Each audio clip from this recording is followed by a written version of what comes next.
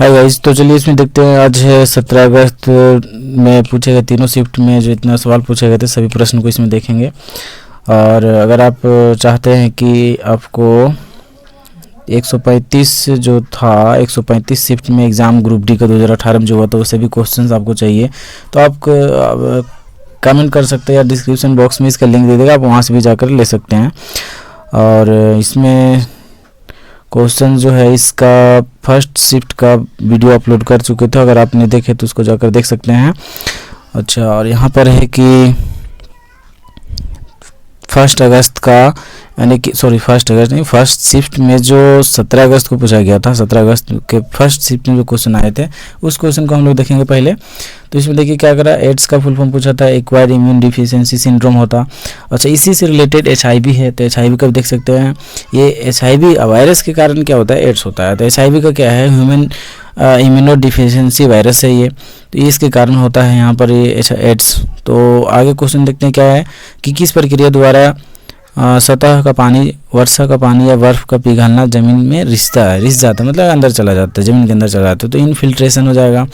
और next question बोल रहे हैं कि पर्यावरण को स्वच्छ रखने प्रदूषण संकेतक के लिए कौन जिम्मेदार है। अच्छा, इस टाइप का था। तो लाइकन, वायु प्रदूषण, ये सभी हो जाता। और नेक्स्ट कह रहा है कि मांग की लोच में क्या होगा, यानी कि ग्राफ क्या इसमें किस तरह का झुकाव होगा, इसमें ये चीज़ था।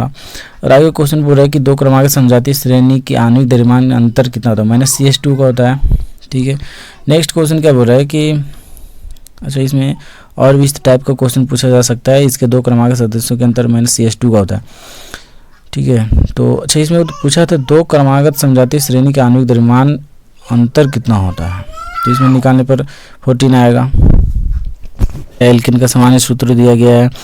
और इस श्रेणी के सदस्य, प्रथम सदस्य CH4 यानी कि मीथेन, दूसरा सदस्य CH6 से C2H6 है जो कि इथेन होता है, प्रोपेन, ब्यूटेन, इस तरह का होता है।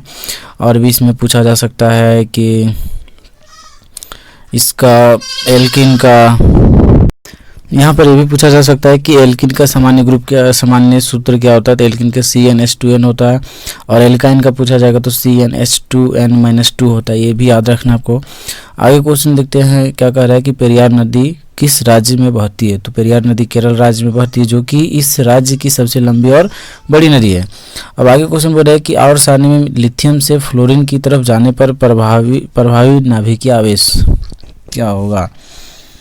तो इसमें पहले नाभिकीय आवेश क्या होगा, नाभिकीय आवेश बढ़ेगा और इसका त्रिज्या क्या होगा, घटेगा। क्यों घटेगा, क्योंकि इधर से हम लोग पीरियोडिक टेबल में बाईं से दाईं ओर जाते हैं तो उसका एक ही कोष होता है, सेम कोष होता है, यानी कि जो इसका कक्ष होता है वो सेम कक्ष होता है, लेकिन उसमें जो बाहरी कक्ष में जो इलेक्ट्रॉनों की संख्या होता है वो बढ़ते चले जाता है, जिस कारण से उसका झुकाव केंद्र की ओर, नाभिक की ओर होता है। इस कारण से उसका जो होता है आकार जो होता है, त्रिज्या, परमाणु त्रिज्या, वो घटते जाता है।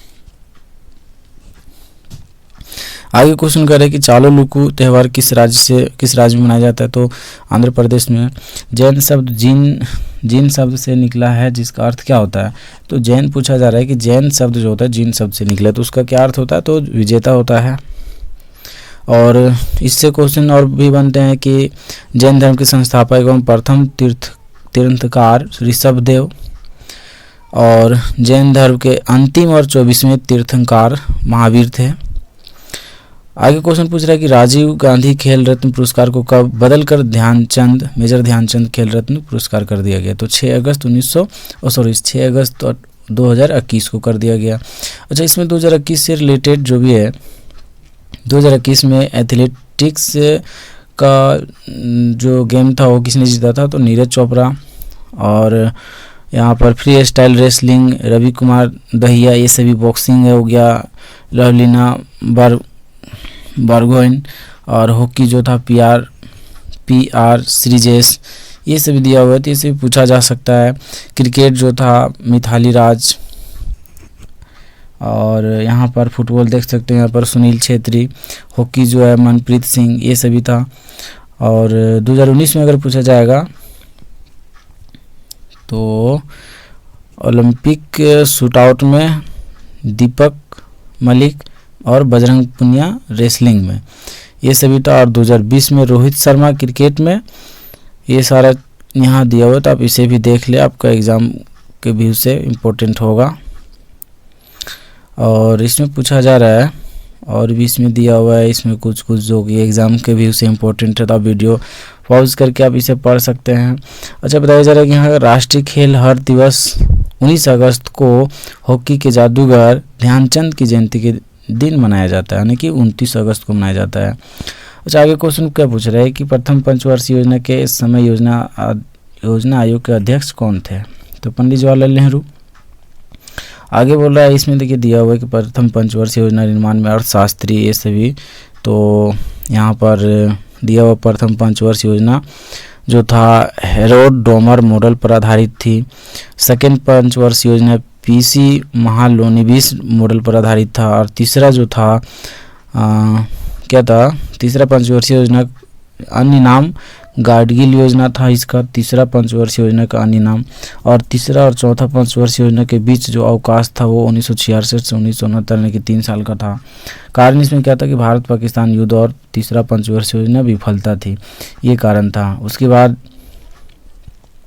क्या किया गया था, नारा दिया गया था गरीबी हटाओ का नारा 5वीं पंचवर्षीय योजना के दौरान दिया गया था, जो कि किसके द्वारा, तो इंदिरा गांधी के द्वारा।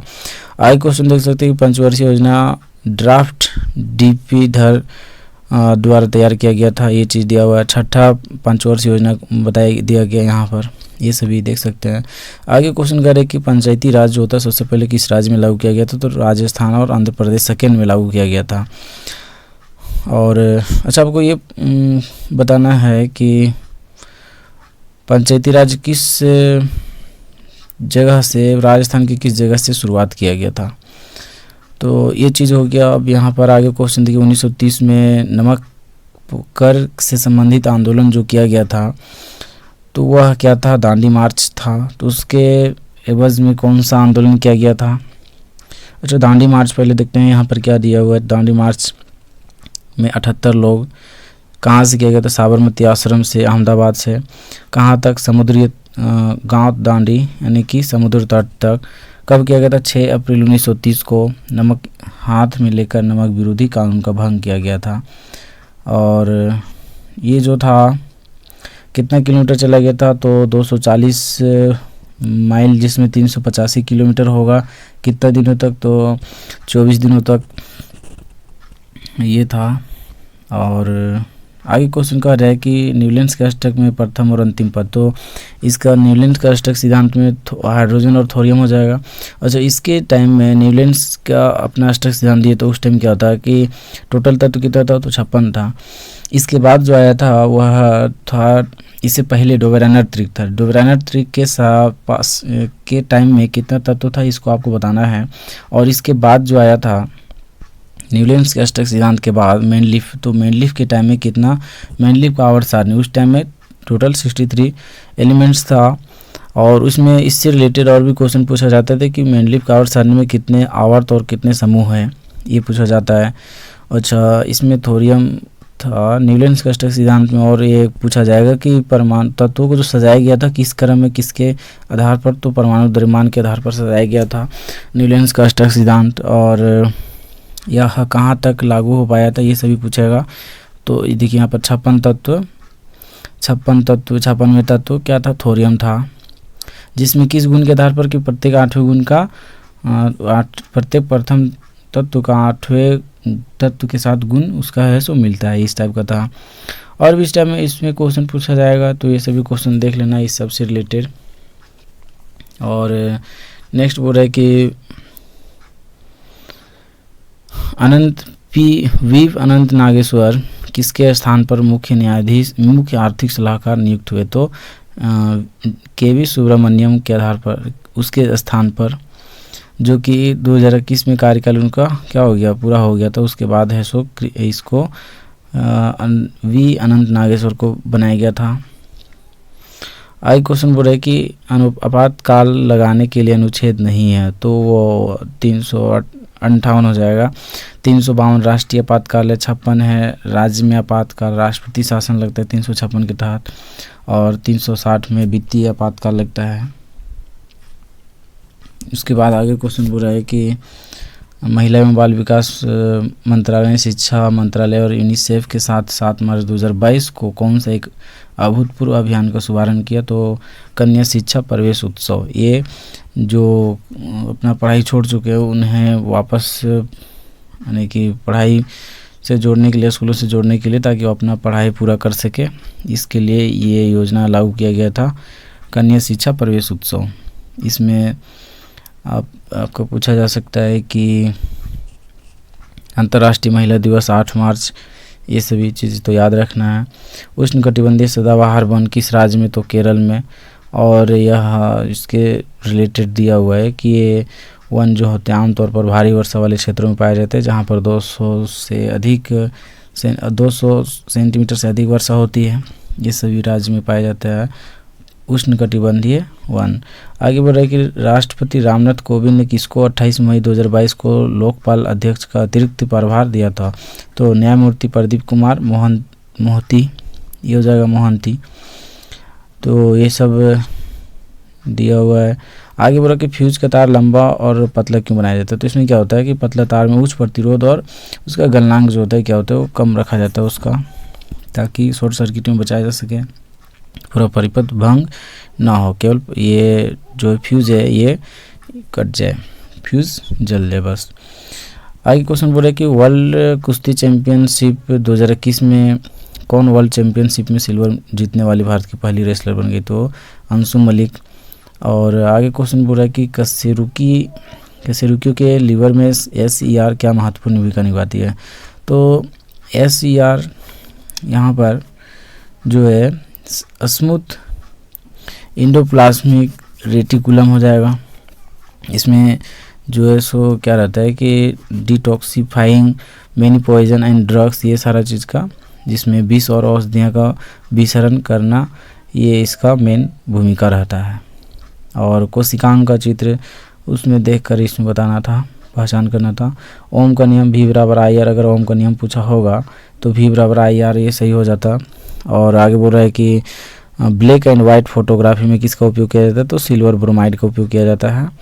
और आगे क्वेश्चन इसमें कह रहा है कि इनमें से कौन सी क्लोर क्षार प्रक्रिया है? अच्छा, तो क्लोर क्षार मतलब कि क्लोरीन भी बनता है और क्षार भी बनता है, इसलिए इसे क्लोर क्षार अभिक्रिया कहा जाता है। तो क्लोर क्षार यानी कि नमक और जल का अभिक्रिया क्लोर क्षार अभिक्रिया कहलाता है। नमक जो होता है, सोडियम जो होता है OH के साथ वो अभिक्रिया कर लेता है, तो NaOH बन जाता है और यहाँ से H2 गैस अलग हो जाता है और फिर क्लोरीन जो है सो अलग हो जाता है। और नेक्स्ट बोल रहा है कि एक NCERT का लीफ वाला फोटो दिया था, उसका पार्ट का नाम बताना था। तो इस तरह का अगर होगा तो इससे पत्ता वाला होगा तो इसका नाम याद रखना। इसे क्या करता है? स्टीम। और ये जो होता है जहाँ पर जुड़ा हुआ रहता है उसको जो थोड़ा सा ये निकला हुआ है इसको क्या कहा जाएगा? ब्यूड कहा जाएगा। और जो जुड़ा हुआ रहता है इसको स्टिपल्स कहा जाएगा। और फिर जो पत्ती का तना कह सकते हैं, इसमें क्या है? ये पेटियोल्स है। और ये पत्ती का जो नस है ये बीच का आया है मोटा, तो इसको मिड रिब कहा जाता है, मिड रिब। और ये मिड रिब से जुड़ा हुआ इस टाइप का जो दिया हुआ इसको क्या कहा जाएगा? भेन कहा जाएगा। ब्लेड है, टिप है, ये सभी को याद रखना था, इसमें से कोई एक पूछा था। आगे क्वेश्चन बोल रहा है कि बाल साहित्य पुरस्कार 2021 कितनी भाषाओं में दिया गया था? तो 22 भाषाओं में दिया गया था। तो इससे रिलेटेड यहाँ पर कुछ क्वेश्चन है, ये सभी को देख लेना था। और प्रकाश संश्लेषण क्रिया में कितनी संख्या में CO2 और H2O होता है? तो ये देखना था। तो इसका समीकरण लिखने के बाद CO2 6 और H2O भी कितना हो जाएगा? 6 हो जाएगा, बैलेंस करने के बाद। और आगे क्वेश्चन बोल रहा है कि प्रतिबिंब पर नेत्र लेंस द्वारा प्रकाश किरणें जो है सो किस तरह से होता है? तो किसके कारण बनता है? रिफ्रैक्शन ऑफ लाइट, यानी कि प्रकाश के अपवर्तन के कारण बनता है। और आगे क्वेश्चन था कि जब प्रकाश वक्रता केंद्र से होकर गुजरता है तो आपतन परावर्तन कोण के मध्य कोण कितना डिग्री बनेगा? तो 0 डिग्री का बनेगा। इससे रिलेटेड और भी इस टाइप का क्वेश्चन पूछा जा सकता है। इसमें और भी क्वेश्चन पूछा था कि image form on screen can be, कौन सा इमेज को जो है सो पर्दे पर दिखाया जा सकता है? तो आभासी प्रतिबिंब को कभी भी नहीं दिखाया जा सकता और आभासी के साथ हमेशा उल्टा होगा और वास्तविक के साथ हमेशा सॉरी उल्टा हो गया, आभासी के साथ में सीधा होगा और वास्तविक के साथ हमेशा उल्टा होगा। तो वास्तविक और उल्टा प्रतिबिंब जो रहता है उसको पर्दे पर दिखाया जा सकता है। ये चीज़ था। आगे क्वेश्चन करें, केमिकल इक्वेशन को बैलेंस करना था। ये दिया हुआ था आयरन सल्फेट को तोड़ के आयरन ऑक्साइड, सल्फर ऑक्साइड और सल्फर ट्राईऑक्साइड ये इसमें बनाया गया था। तो इसको बैलेंस करना था, बहुत सिंपल। और आगे का रहा फ्यूज़ वायर संबंधित सही कथन। तो फ्यूज़ वायर जो होता है किसका बना होता है, solder connected in live wire end होगा। अच्छा, जो फ्यूज़ वायर होता है वो किसका होता है, टीन का, लेड का, एलॉय बना हुआ रहता है ताकि इसका प्रतिरोध क्या रहे, कम रहे, इसका प्रतिरोध ज़्यादा रहे और इसका गलनांक जो होगा वो कम रहेगा। आगे क्वेश्चन तो देशांतर और अक्षांश रेखाएं से भिन्न छटना था, जिसमें 4 ऑप्शन में से गलत को छांटना था इस तरह का। तो इसमें देख लेना था कौन सा सही होगा। जिप्सम को, और बोला जिप्सम को जलाने मतलब गर्म करने पर कौन सा पदार्थ बनेगा, तो प्लास्टर ऑफ पेरिस अपने जल का अणु को वो क्या करेगा, विघटित कर देगा। इसका अभिक्रिया भी पिछले वीडियो में फर्स्ट शिफ्ट वाला जो वीडियो बनाया उसमें दे दिए थे। और आगे क्वेश्चन बोल रहा है कि धुएं में किसके कारण प्रकाश दिखाई देता है, तो टिंडल प्रभाव के कारण। ये सभी क्वेश्चंस आ रहे हैं। और एक क्वेश्चन था, एक अवतल दर्पण में वस्तु फोकस होकर केंद्र के बीच रखा जाए तो उसका प्रतिबिंब कहाँ पर बनेगा। तो इस तरह से था, ये था अवतल दर्पण और यहाँ पर हो जाएगा फोकस, यहाँ पर हो जाएगा केंद्र। तो बोल रहा है कि वस्तु फोकस और वक्रता केंद्र के बीच रखा जाएगा तो यह इसका प्रतिबिंब जो बनेगा ये कहाँ बनेगा, तो इसका इस तरह से बनता और जो है सो केंद्र से बाहर बनता, इस तरह से कि इधर केंद्र से बाहर बनता। ठीक है, मतलब पहला इसका फिगर याद रखना है कि अनंत में रहेगा तो इसका प्रतिबिंब भी अनंत में बनेगा और केंद्र से नज़दीक अगर आएगा तो इस तरह का यहाँ पर। अच्छा, इसका अनंत में रहेगा तो फोकस में बनेगा, इसका अनंत में रहेगा तो फोकस में बनेगा। अगर अनंत में है कोई वस्तु तो इसका किरण, ये इसका प्रतिबिंब जो फोकस में बनेगा। तो जैसे जैसे ये भी नज़दीक आते जाएगा, जैसे जैसे ये दर्पण की ओर नज़दीक आते जाएगा वैसे वैसे प्रतिबिंब इसका दूर होते जाएगा।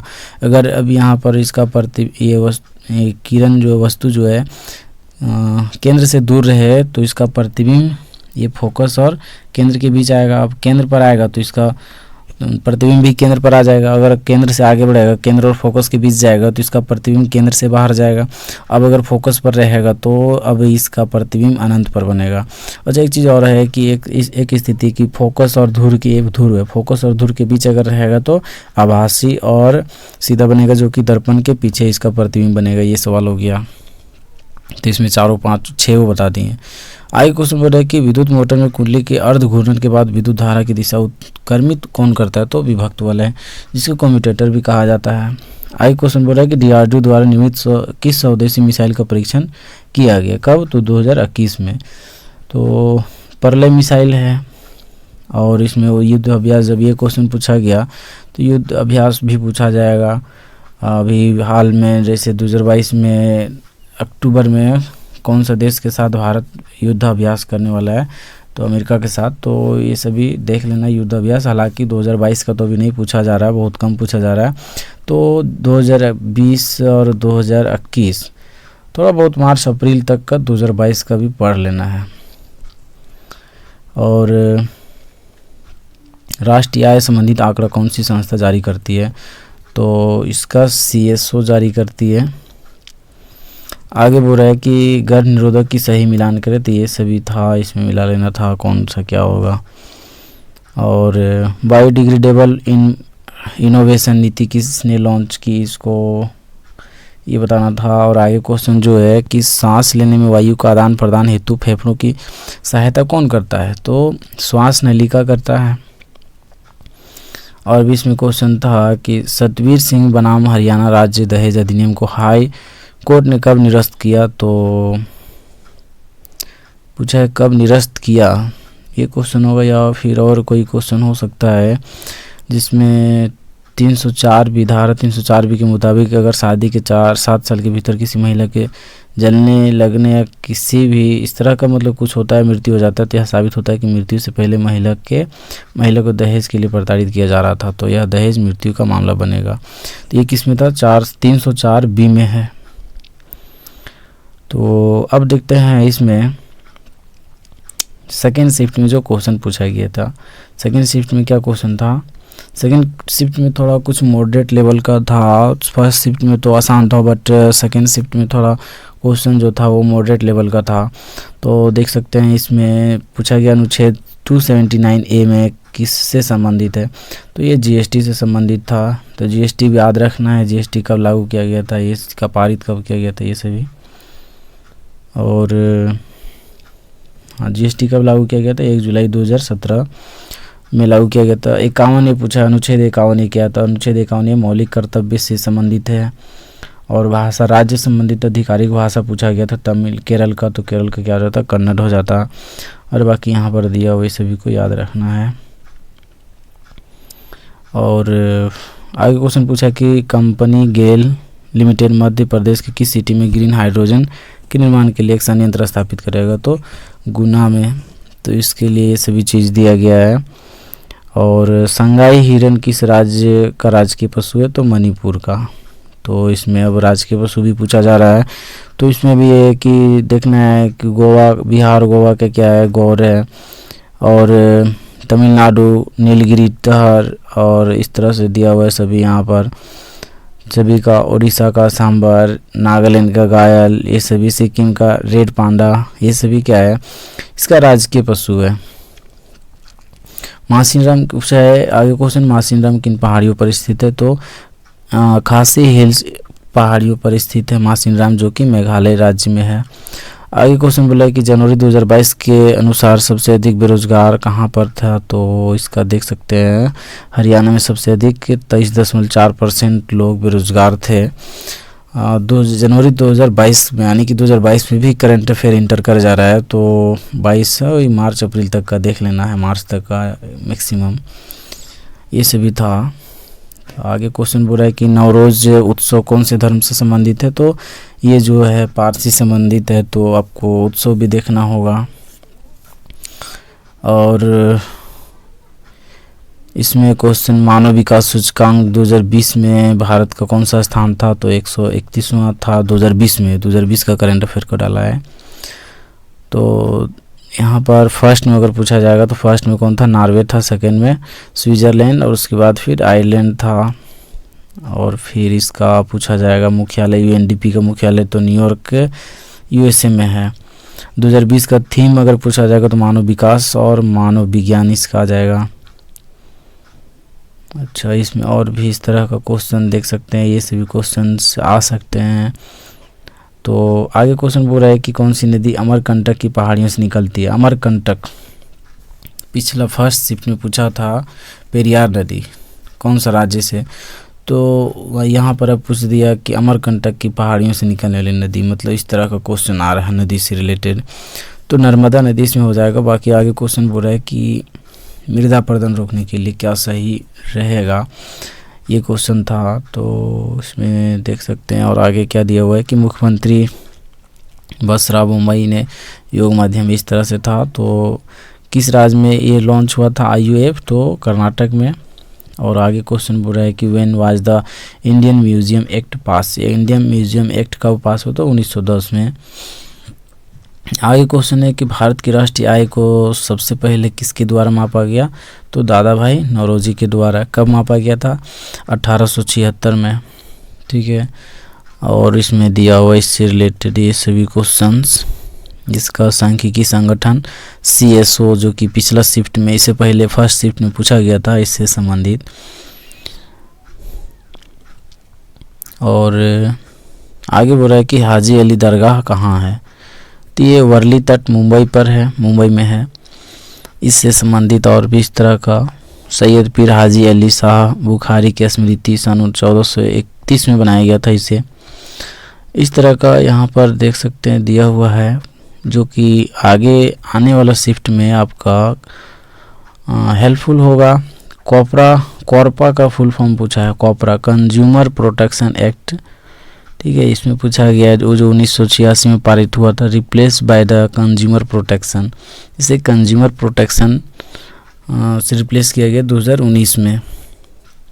ये सभी इस टाइप का क्वेश्चन, थोड़ा मॉडरेट लेवल का क्वेश्चन जो है कहा जाए तो आ रहा है। 2021 में पूछा जा रहा है कि नियमित श्रेणी में द्रोणाचार्य पुरस्कार, ये सभी पूछा जा रहा है।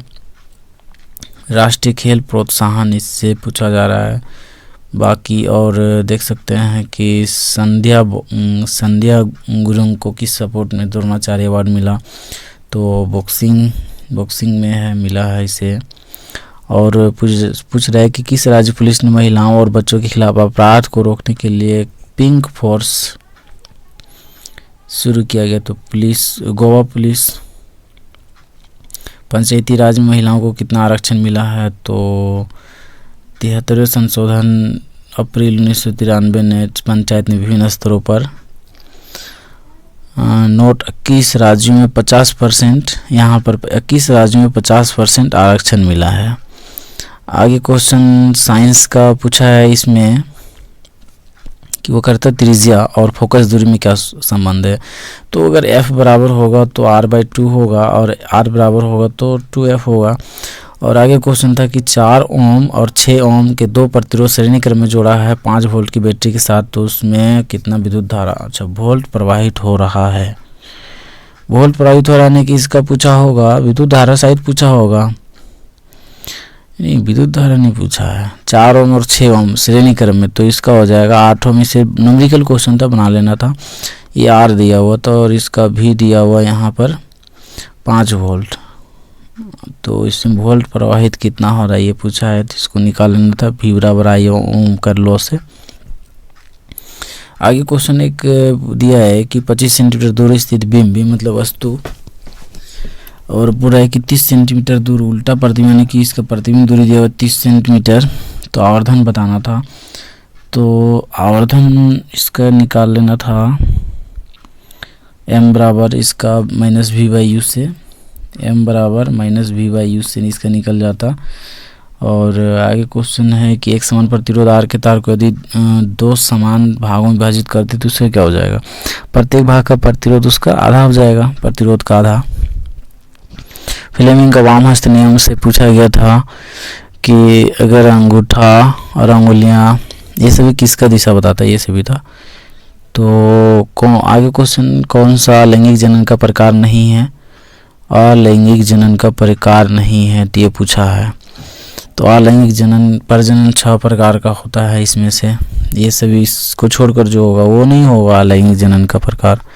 और आलू पर आयोडीन के घोल को गिराएंगे तो जो हिस्सा में आयोडीन के घोल के संपर्क आता है उसकी उपस्थिति के कारण नीला काला हो जाता है, क्यों, तो नीला काला हो जाएगा किसकी उपस्थिति के कारण, तो स्टार्च की उपस्थिति के कारण। आगे क्वेश्चन बोल रहा है कि पौधों में गैस विनिमय किसके कारण होता है, तो स्टोमाटा कह सकते हैं, जो रंध्र होता है छोटे छोटे छिद्र पत्तियों में, उसके कारण। आगे क्वेश्चन बोल रहा है कि कौन सा बैक्टीरिया पीने और नहाने के पानी में मल प्रदूषण के प्रसिद्ध संकेतक है, तो ई कोलाई और फेकल स्ट्रेप्टोकोकी के कारण। और आगे क्वेश्चन क्या कर रहे थे, निम्नलिखित चित्र में आपतित किरण निर्गत किरण बताइए, इसमें बताना, फिगर दिया होगा इसमें, उससे पूछा गया था। साइक्लोहेक्सेन में सी बंध, तो सी का बंध कितना है, हाइड्रोजन बंध मिलकर सहसंयोजक बंध बनाते हैं, तो कितना हो जाएगा इसमें, तो कार्बन का 12, अच्छा कार्बन का 6 सिंगल और हाइड्रोजन का कितना हो जाएगा, हाइड्रोजन का 12 हो जाएगा, हाइड्रोजन का 12 बॉन्ड हो जाएगा, यानी कि आबंध हो जाएगा। और आगे क्वेश्चन है बुझे हुए चूने पर क्लोरीन गैस प्रवाहित करने की अभिक्रिया कराने पर क्या होता है, इसमें क्लोरीन गैस प्रवाहित किया जाएगा तो ये क्या हो जाएगा, ब्लीचिंग पाउडर बन जाएगा, सफ़ेद कलर का। पूछा जाएगा किस कलर का, तो सफ़ेद कलर का। इसका उपयोग पूछा जाएगा तो पानी को जीवाणु रहित, इस तरह का जीवाणु रहित करने में। और यहाँ पर इस तरह का ये और दिया हुआ है। और इसमें कार्बन में कितने इलेक्ट्रॉन कोष मौजूद हैं, तो कार्बन में 2 है, क्योंकि इसका पर कितना होता है, परमाणु संख्या 6 होता है, तो 2 4 2 कोष इसमें भरा होता है, 2 कोष यूज होता है, ये चीज़ है। इस तरह का क्वेश्चन और दिया हुआ था। रेडॉक्स अभिक्रिया नहीं है, इसमें पूछ रहा था, रेडॉक्स अभिक्रिया नहीं है, तो ये नहीं था, ये डबल डिस्प्लेसमेंट यानी कि द्विविस्थापन अभिक्रिया था। आगे बढ़े कि आवर्त सारणी को किस आधार पर व्यवस्थित किया गया था। आधुनिक आवर्त सारणी को उसके परमाणु संख्या के आधार पर व्यवस्थित किया गया है। यही अगर पूछा जाता कि मेंडलीफ का आवर्त सारणी तो परमाणु द्रव्यमान, न्यूलैंड्स का स्टैक सिद्धांत तो वही परमाणु द्रव्यमान के बढ़ते क्रम। अच्छा, डोयरानर त्रिक तो वो भी था परमाणु द्रव्यमान, लेकिन तीन तत्वों के उसके बढ़ते परमाणु द्रव्यमान में सजाया गया था। आगे क्वेश्चन बोल रहा है विद्युत मोटर वाला वो विभक्त वलय वाला, इसका आंसर हो जाएगा कम्यूटेटर। और किस अभिक्रिया में जल में अविलेय पदार्थ बनता है। किस अभिक्रिया में जल में अविलेय मतलब कि अवक्षेप बनता है, तो अवक्षेपण अभिक्रिया में। और लैंगिक परिवर्तन से ये तो आया हुआ था, पीछे क्वेश्चन पहले बता चुके हैं। वक्रता केंद्र, मुख्य फोकस इससे संबंधित था। अंतर्ग्रहण पाचन यानी कि ये बायोलॉजी का क्वेश्चन इस तरह से था। और बाकी जो नेक्स्ट था, अब आगे जो है थर्ड शिफ्ट में जो पूछे गए सवाल उसमें से कौन सा है, तो वो which animal sex not genetically determined, तो इसका स्नेल हो जाता, घोंघ है जिसको बोला जाता है। व्यक्ति लिंग बदल सकते हैं, ये है जिसमें लिंग आनुवांशिक रूप से निर्धारित नहीं होती है। इसमें पूछ रहा है कि कौन सा न्यूलैंड्स अष्टक का सही उदाहरण है। न्यूलैंड्स अष्टक यहाँ पर का सही उदाहरण लिथियम, सोडियम ये दिया हुआ है, लिथियम, सोडियम और पोटासियम। इसमें से बोल रहा है कि इसका दिया हुआ है और इसमें सो बढ़ते क्रम में इसको सजाना, अभिक्रिया के अनुसार से इसका बढ़ते क्रम में सजाना है। तो क्या हो जाएगा, पहले सबसे ज़्यादा पोटासियम है, सोडियम ये सक्रियता श्रेणी में दिया हुआ था, इस तरह से था। तो कॉपर तो सबसे कम है, गोल्ड और कॉपर सबसे कम है, तो इसको नीचे रखना था। ठीक है, तो ये इस तरह से इसको याद रखना है। और आगे क्वेश्चन बोल रहा है what is a commercial unit of electric energy पूछ दिया है। इलेक्ट्रिक एनर्जी का कमर्शियल यूनिट पूछा है तो किलोवाट आवर होगा, KWH है, किलोवाट आवर होगा। अच्छा, ये भी क्वेश्चन पूछा जा सकता है कि 1 किलोवाट में कितना जूल होता है, तो 3.6 × 10⁻⁶ जूल होगा, 3.6 ऐसा करके होगा। अच्छा, 1 किलोवाट को भी यहाँ पर बताया जाता है ये क्या होता है, एक BOT होता है, बोर्ड ऑफ ट्रेड यूनिट होता है BOT। और अगर पूछा जाएगा 1 HP का फुल फॉर्म तो हॉर्स पावर कितना वाट होता है, तो 746 वाट होता है। ये भी पूछा जा सकता है कि 1 किलोवाट में कितना वाट होता है, तो 1000 वाट होता है, ये सब याद रखना है। आगे क्वेश्चन चुंबकीय क्षेत्र रेखा की विशेषता यहाँ पर दिया हुआ है, ये सभी आप इसे देख सकते हैं। नेक्स्ट क्वेश्चन इसका एक दर्पण सूत्र से था, न्यूमेरिकल क्वेश्चन। और आगे क्वेश्चन बोल रहा है कि 16वें ग्रुप मतलब ऊपर से नीचे आधात्विक गुण किस में सर्वाधिक होता है, तो आधात्विक गुण किस में सर्वाधिक, तो ऑक्सीजन में हो जाएगा। और आगे क्वेश्चन था संतुलित रासायनिक समीकरण को संतुलित क्यों किया जाता है, तो द्रव्यमान संरक्षण के नियम का पालन करने के लिए ना। क्या है द्रव्यमान संरक्षण के नियम, द्रव्यमान को ना तो उत्पन्न किया जा सकता है ना ही नष्ट किया जा सकता है। इसमें पूछा है एक सवाल कि मेटल नाइट्रेट एक X उसका नाम दिया गया है, gives A white precipitate with solution के साथ वाइट प्रेसिपिटेट देता है, तो इसका आंसर क्या हो जाता, एक्स सब्स्टिट्यूशन रखन पर सवाल। अच्छा, ये सारा था, इसमें इस टाइप का कुछ फुल कंप्लीट नहीं है। और बोला फ्लेमिंग का राइट हैंड दिया हुआ था, और कौन सा गर्म निरोधक, तो इसमें कौन सा सही होगा इसको बताना था। ये तो फर्स्ट शिफ्ट में भी आया था क्वेश्चन। आगे बोला कि थर्मल रेसिस्टेंस डिपेंड किस पर करता है, तो थर्मल रेसिस्टेंस जो होता है डिपेंड करता है उसका क्रॉस सेक्शन एरिया पे डिपेंड करता है, लेंथ और उसका क्रॉस सेक्शन एरिया पे, यानी कि R = होता है लेंथ बाय ऐसा करके होता है रो इंटू लेंथ बाय ए। तो इसका लेंथ और क्रॉस सेक्शन एरिया पे डिपेंड करता है, लेंथ बढ़ेगा तो रेसिस्टेंस बढ़ेगा, अगर एरिया घटेगा तो भी रेसिस्टेंस बढ़ेगा, लेकिन ये अगर एरिया बढ़ेगा तो रेसिस्टेंस घटेगा। ब्लीचिंग पाउडर का उपयोग पूछा गया था। अच्छा, आगे क्वेश्चन जो है उत्तल लेंस से संबंधित गलत कथन कौन सा ये पूछा जा रहा था, तो इसका क्या है कि उत्तल लेंस को अभिसारी लेंस भी कहा जाता है, क्योंकि ये प्रकाश किरणों को अभिसरित कर लेता है, जमा करता है, इस तरह से उत्तल लेंस। इस तरह से क्या करता है, सभी को जमा कर देता है, एक जगह जमा करता है, इसलिए इसको अभिसरित करता है, यानी कि वही अभिसारी लेंस कहा जाता है। एक बैलेंस करना था, यहाँ दिया हुआ था, इसको बैलेंस करना था, यानी कि उसको संतुलित करना था। और एक आगे क्वेश्चन पूरा है कि नेफ्रॉन में कौन सा पदार्थ पुनः अवशोषित होते हैं। तो पुनः अवशोषित कौन सा होता है, तो ग्लूकोज, एमिनो एसिड, NaCl और अन्य आवश्यक लवण, ये सभी जो है दूसरे चरण में पुनर्अवशोषण में पुनः अवशोषित हो जाते हैं। ये सभी था ग्लूकोज, एमिनो एसिड और NaCl, ये सभी। बाकी आगे क्वेश्चन पूरा है कि which process takes place a guard cell. तो रंध्र को खोलकर और बंद करके वाष्पोत्सर्जन की दर को नियंत्रित किया जाता है पत्तियों द्वारा।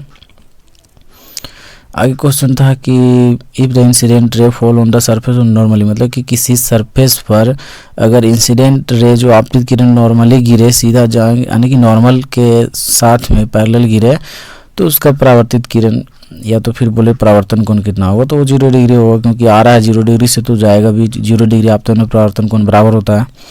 आगे बोल रहा है कि शोषण में कौन सी प्रक्रिया नहीं होती है, तो इसमें पूछा जा रहा है ग्लूकोज डिकम्पोज नहीं होता है। तो ये सभी देख लेना था कौन सा होगा इसमें। और इससे R = रो इंटू L/A से क्वेश्चन था, न्यूमेरिकल क्वेश्चन ये बताया जा रहा है। समुद्र पानी का रंग ब्लू किस परिघटना के कारण होता है, तो प्रकाश परिकिरण के कारण होता है। Which of the cell can change its shape, कौन चेंज कर सकता है, तो WBC चेंज होता है। WBC रिलेटेड यहाँ पर दिया, आप पढ़ सकते हैं, पढ़ कर जा सकते हैं। WBC जो होता है कितना दिन का इसका लाइफ होता है और इसका क्या कार्य होता है, ये सभी। उपनिषद में उप का क्या अर्थ है, आगे क्वेश्चन तो उपनिषद का अर्थ पूछा गया है, तो उप जो होता है वो निकट या समीप होता है, इसका मतलब। और आगे बोल रहा है कि रेयर डिजीज डे कब मनाया जाता है, तो 28 फरवरी को मनाया जाता है, रेयर डे डिजीज मनाया जाता है। यहाँ पर बोला जा रहा है कि देश के अटॉर्नी जनरल के वेणुगोपाल का कार्यकाल 1 वर्ष कब बढ़ाया गया, तो जून 2021 में बढ़ाया गया था, जो कि नियुक्त हुए थे कब, तो 1 जुलाई 2017 को नियुक्त हुए थे, जिस दिन GST लागू होता है, यानी कि इसे याद रख सकते हैं इस तरह से। तो आगे क्वेश्चन देख सकते हैं, यहाँ पर क्या बोल रहा है कि डायरेक्ट टेक्स्ट नहीं है, तो डायरेक्ट टेक्स्ट नहीं है कौन, एक्साइज टेक्स्ट नहीं है, डायरेक्ट टेक्स्ट। और पूछा जा रहा है कि पंचायत राज संस्था को संवैधानिक मान्यता किस संविधान संशोधन में दी गई थी, तो 73वां। और अब आगे बोल रहा है कि RBI ने मार्च 2022 में, अच्छा मार्च 2022 तक का करंट अफेयर ले ही लिया, पहले इससे पहले भी बता ही रहे थे कि मार्च अप्रैल तक देख के जाना है। तो बैंक पर नया अकाउंट खोलने पर प्रतिबंध लगाया, किस बैंक पर, तो पेटीएम पेमेंट बैंक को। और पूछा जा रहा है कि steel authority of India limited की स्थापना कब हुई थी, तो ये 19 जनवरी 1954 को हुआ था। अच्छा, इसमें पूछा जा रहा है कि 2011 के जनगणना के अनुसार 8.3% कौन सी भाषा मातृभाषा के रूप में बोली जाती है, तो बांग्ला। और सबसे ज़्यादा 43.63% हिंदी, ये सभी था। और संस्कृत देश की 22 अनुसूचित भाषाओं में सबसे कम बोली जाने वाली भाषा है।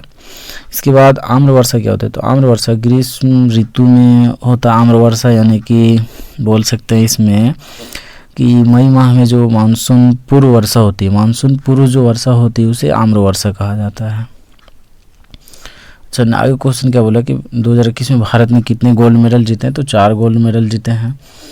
ठीक है, ये अभी कॉमनवेल्थ का जो था वो उससे आई होप नहीं ही पूछना चाहिए। तो आगे देखिए क्या बोल रहा है कि गदर पार्टी का स्थापना कब हुआ था, तो 1913 में। पद्मश्री अवार्ड किस पैराशूटर को दिया गया, तो अवनी लेखरा को। और यहाँ पर मेजर ध्यानचंद खेल रत्न पुरस्कार पैराशूटिंग में किसे दिया जाता है, तो किसे दिया गया, तो मनीष नारवल को। और 2021 का यहाँ पर दिया हुआ है। और बोल रहा है कि किस राज्य ने ओपन एयर क्लासरूम प्रोग्राम प्राय शिक्षालय लॉन्च किया, तो पश्चिम बंगाल ने। फिर पूछा जा रहा है कि ICTZ after rainy season which direction goes, तो साउथ हो जाएगा। और बोल रहा है कि which date recognise our constitution, तो 15 अगस्त 26 जनवरी, ये से भी दिया होता है। तो संविधान किसके ये से जाना जाता है, 26 कहाँ गया, 26 जनवरी 26 जनवरी 1950 से प्रभावी हुआ था। इससे क्वेश्चन एक रिलेटेड क्वेश्चन था, तो ये 26 जनवरी हो जाता है इसमें। 26 नवंबर भारत के संविधान दिवस के रूप में घोषित किया गया था 26 नवंबर को। और गोसीखुर्द इरिगेशन प्रोजेक्ट किस राज्य का है, तो महाराष्ट्र का है। इसमें बोला संघीय मतदान प्रणाली किसके अंतर्गत आती है, ये सभी ऑप्शन था, तो इसमें हो जाता संवैधानिक अधिकार आ जाता। और आगे क्वेश्चन, सरदार सरोवर बांध की ऊंचाई बढ़ाने के विरुद्ध प्रोटेस्ट क्यों हो रहा है, ये चीज़ पूछा जा रहा है, क्वेश्चन पूछा गया। तो इसका लॉन्ग था। इसकी कैचमेंट एरिया 90% ज़्यादा ही मध्य प्रदेश राज्य का है और बांध की पूरी क्षमता तक जल भराव करने में मध्य प्रदेश के अनेक गाँव जलमग्न हो गए, इसी से भी कारण था इसका। और आगे क्वेश्चन पूछा जा रहा है कि प्रधानमंत्री श्रम योगी मानधन योजना अंतर्गत केंद्र सरकार कितना योगदान कर रही है, तो 50%। और ये था इस जहाँ तक क्वेश्चन मिला यहाँ तक का सारा किया हुआ। तो बाकी का क्वेश्चन जो है आगे आने वाले डेट के लिए जो एग्ज़ाम क्वेश्चन जिस तरह से इसमें है कि ये क्वेश्चन पूछा गया तो उससे रिलेटेड कौन कौन से क्वेश्चन आ सकते हैं, तो ये सब अगर